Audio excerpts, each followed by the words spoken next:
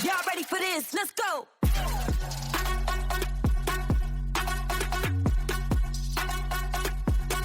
Welcome back to the Ben James Smith podcast.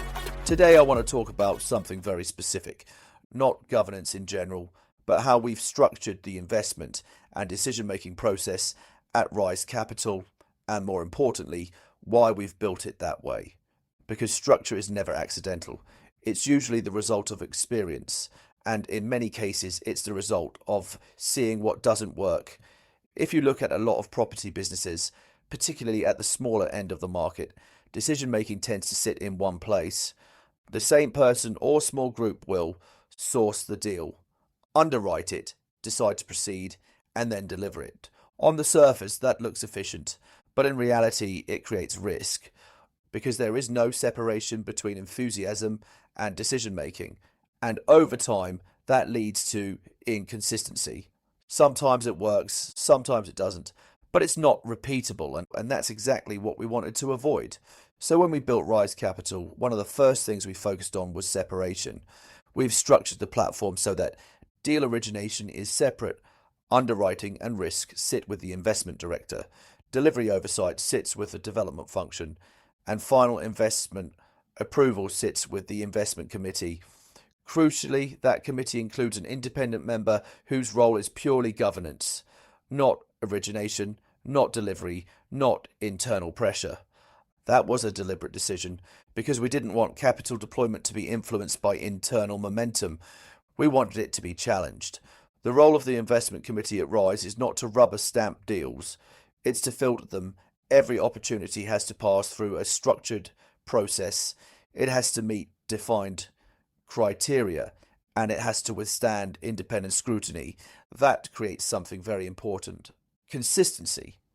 Because decisions are not made based on how good does this feel, they are made based on does this meet the criteria we've set. Another key principle in how we've built the platform is removing single points of failure.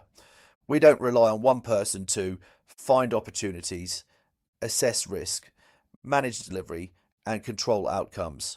Those responsibilities are separated, and execution itself is largely outsourced to experienced third-party professionals, contractors, project managers, and surveyors, rather than being concentrated internally. That reduces dependency, and it improves reliability.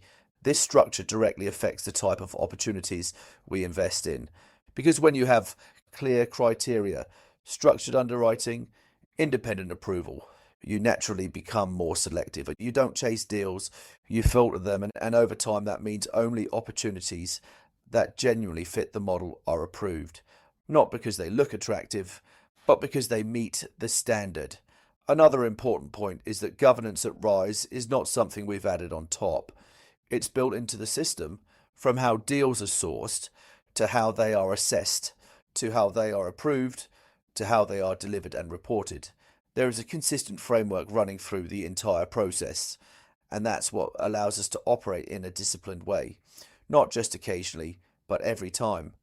Ultimately, the reason we've built the structure this way is simple. We are not trying to do one good deal. We are building a platform that can operate consistently over time. And consistency doesn't come from finding better opportunities. It comes from making better decisions, repeatedly, under pressure, across different market conditions.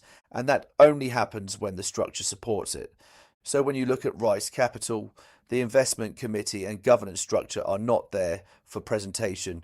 They're there because they define how decisions are made, and how decisions are made determines outcomes.